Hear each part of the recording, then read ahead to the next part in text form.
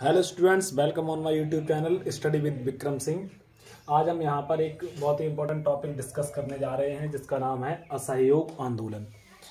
तो असहयोग आंदोलन जो कि आपके सामाजिक विज्ञान के सिलेबस में दे रखा है बोर्ड परीक्षा के लिए, तो इसको हम यहाँ पर समझेंगे, इसके कारण ये कैसे चला और इस आंदोलन का क्या महत्व है।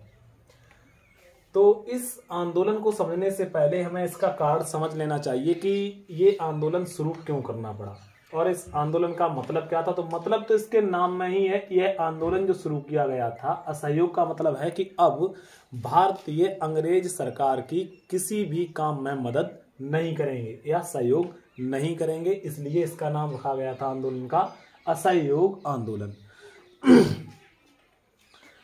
और तो कारण हम यहां पर समझते हैं। तो सबसे पहले है कि जनता में निराशा।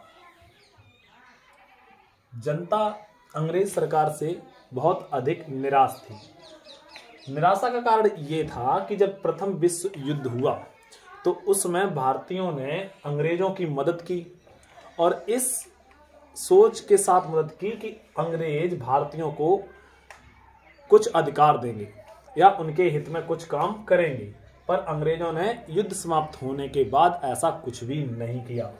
तो इस प्रकार से जनता में अंग्रेजी सरकार के खिलाफ क्या था, एक आक्रोश था। दूसरा कारण जो सबसे महत्वपूर्ण कारण बना उसमें रॉलेट एक्ट। 18 मार्च 1919 को एक कानून पारित हुआ जिसका नाम है रॉलेट एक्ट। इस कानून के तहत क्योंकि जनता में जब निराशा हो गई तो जनता में एक विद्रोह की आशंका को देखते हुए अंग्रेज सरकार ने एक कानून बनाया और उस कानून के तहत बिना किसी गिरफ्तारी, बिना किसी दलील के यानी शक के आधार पर ही लोगों को जेल में अंग्रेजों ने भरना शुरू कर दिया।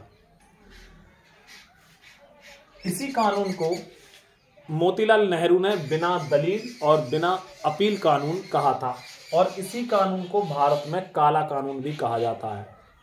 तो इस कानून के विरोध में भी असहयोग आंदोलन को शुरू किया गया। दूसरा कारण क्या हुआ कि जब रॉलेट एक्ट पारित हुआ तब भारत में क्या सोचा गया कि 30 मार्च 1919, कौन सी डेट है, 30 मार्च 1919 को देशव्यापी हड़ताल की घोषणा की गई, लेकिन बाद में इसकी तारीख को बदलकर कर दिया गया 6 अप्रैल।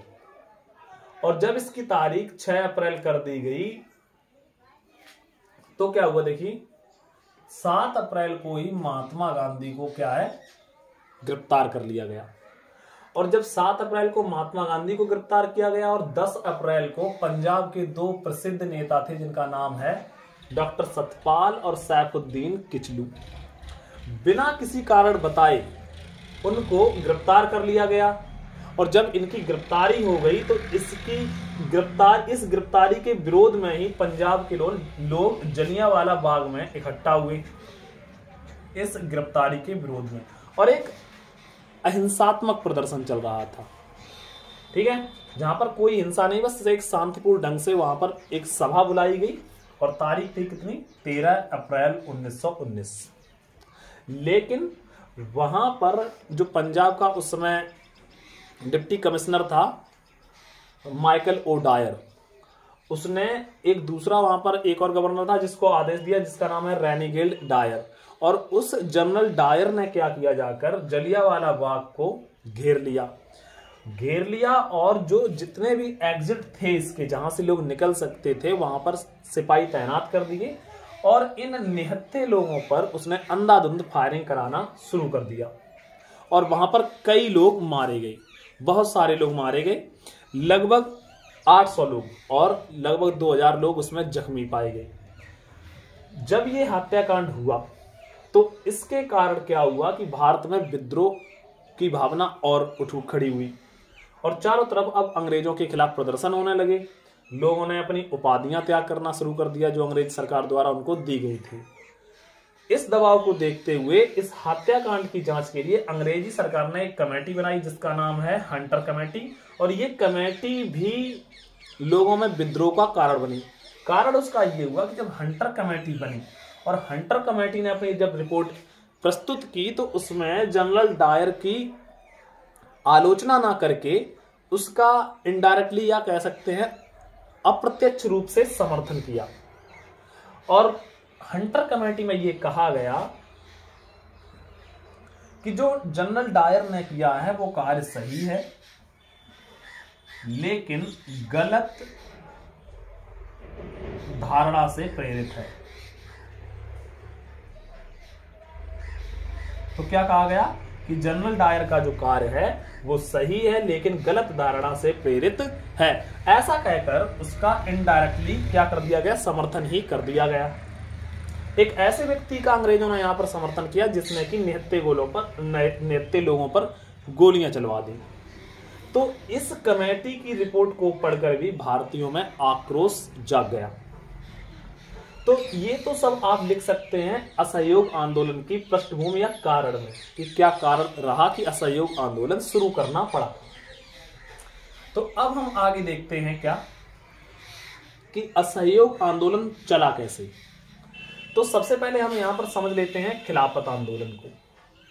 असहयोग आंदोलन में खिलाफत आंदोलन की भी एक महत्वपूर्ण भूमिका रही और ये जो आंदोलन चलाया गया था ये पूरा आंदोलन महात्मा गांधी के निर्देशन में ही चलाया गया था। तो खिलाफत आंदोलन क्या है कि जब प्रथम विश्व युद्ध हुआ तो क्या है कि टर्की का विघटन कर दिया गया और टर्की में एक सर्वोच्च पद होता था सुल्तान का, जिसे खलीफा कहते हैं। क्या कहते हैं? ये एक धार्मिक पद होता था मुसलमानों के लिए, जो सर्वोच्च धार्मिक पद था वो था खलीफा का। तो जब इस खलीफा की शक्ति अंग्रेजों के द्वारा छीन ली गई, क्योंकि प्रथम विश्व युद्ध में टर्की ने विरोधी गुट का समर्थन किया था, जो अंग्रेजों को विरोधी गुट था जिसे मित्र राष्ट्र कहते हैं, उनका इन्होंने साथ दिया टर्की वालों ने। तो इसलिए जब प्रथम विश्व युद्ध में टर्की की हार हो गई तो टर्की का विघटन करके खलीफा की सारी शक्तियां छीन ली गई। तो इससे क्या हुआ, खलीफा को जो धार्मिक गुरु मानने वाले मुसलमान थे वे भड़क उठे और इस प्रकार से अंग्रेजी सरकार के खिलाफ भारत में एक आंदोलन शुरू हुआ। कौन सा? खिलाफत आंदोलन।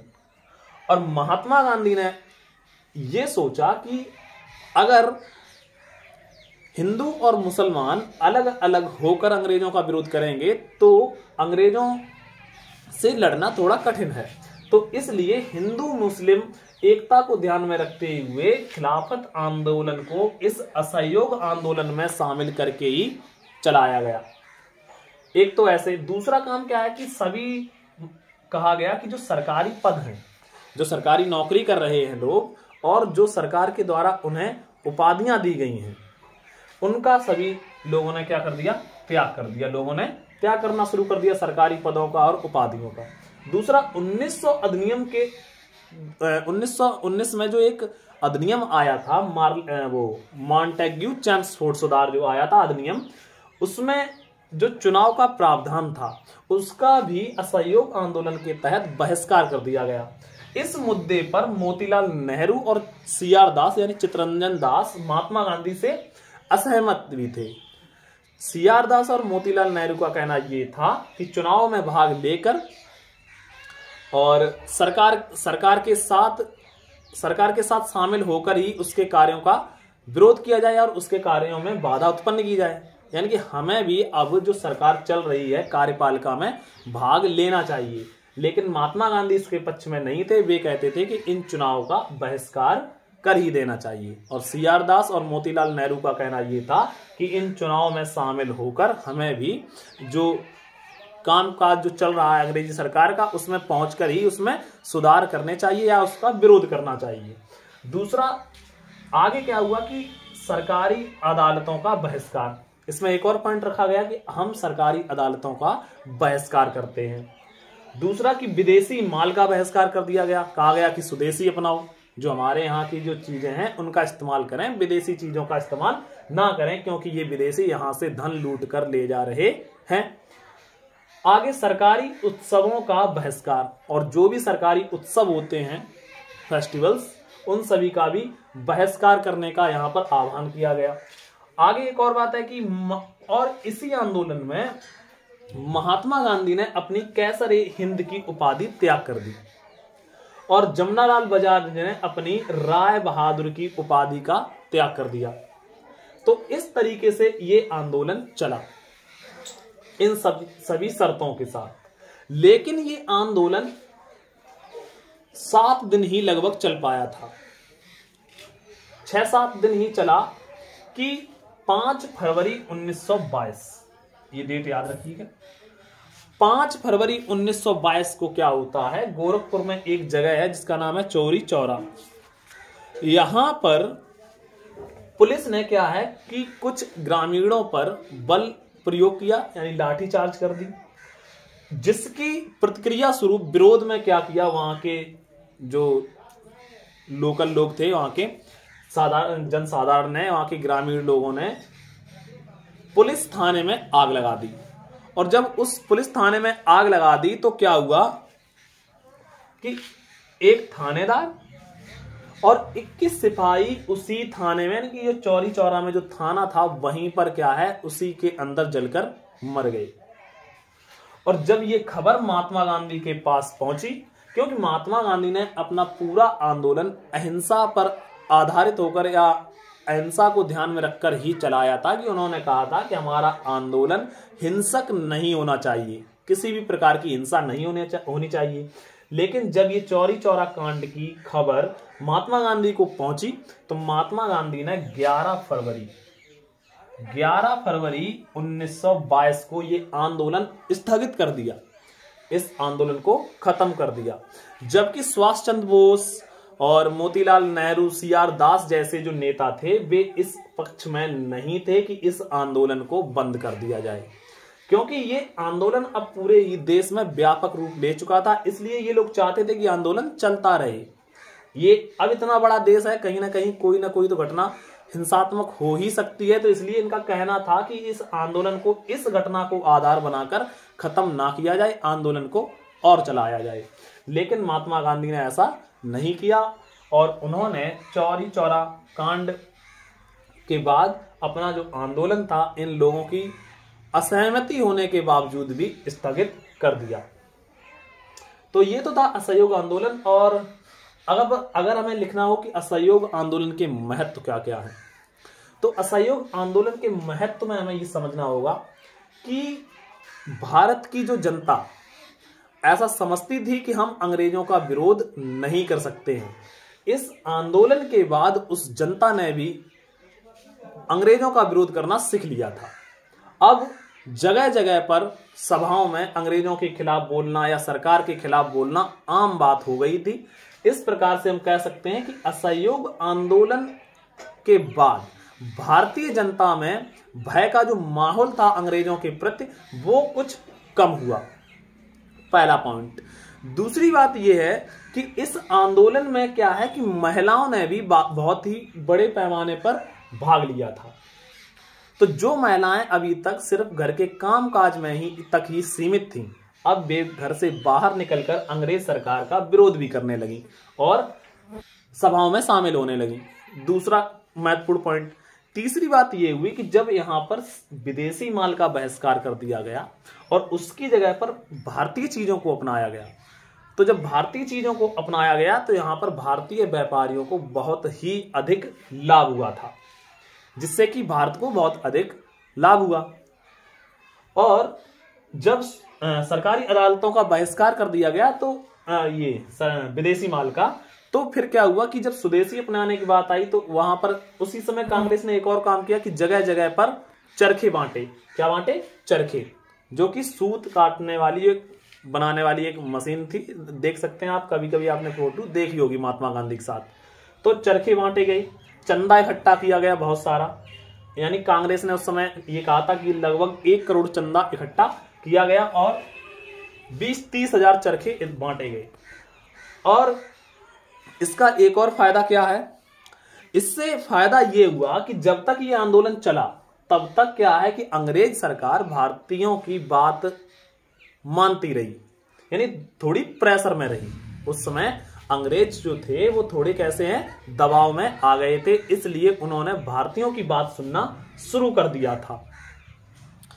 और इस प्रकार से महात्मा गांधी ने क्या किया कि इस आंदोलन के माध्यम से भारतीयों में अंग्रेजों के प्रति जो भय था उसको निकाल फेंका।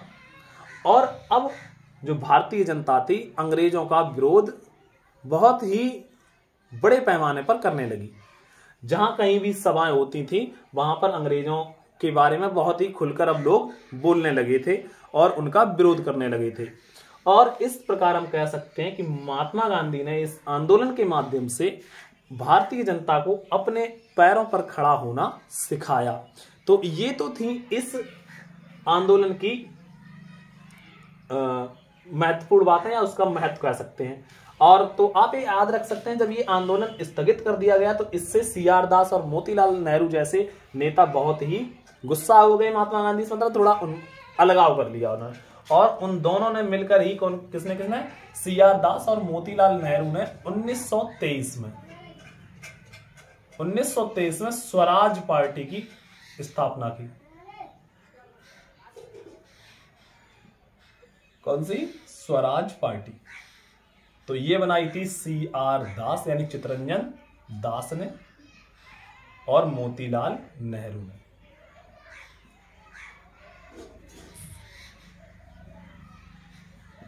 ठीक है, तो इस तरीके से आप असहयोग आंदोलन के बारे में बहुत ही आसानी से लिख सकते हैं, चाहे लॉन्ग में क्वेश्चन आए और चाहे इससे आए लघु उत्तरी या दीर्घ उत्तरी, जो कुछ भी आए। इससे ज्यादा कुछ भी आपको नहीं लिखना होगा। आप उसमें लिखेंगे आराम से कारण, प्रगति और उसके महत्व, जो कुछ भी मैंने अभी आपको समझाया। तो कैसा लगा आपको ये वीडियो कमेंट सेक्शन में आप बता सकते हैं, और जो कुछ भी सजेशंस हो वो भी कमेंट सेक्शन में आप लिख सकते हैं। बाकी वीडियो को देखते रहिए और जो कोई भी बोर्ड परीक्षा की तैयारी करता हो उसको शेयर करिए ये वीडियो, और चैनल को लाइक करें और सब्सक्राइब करें। और वीडियो देखने के लिए धन्यवाद।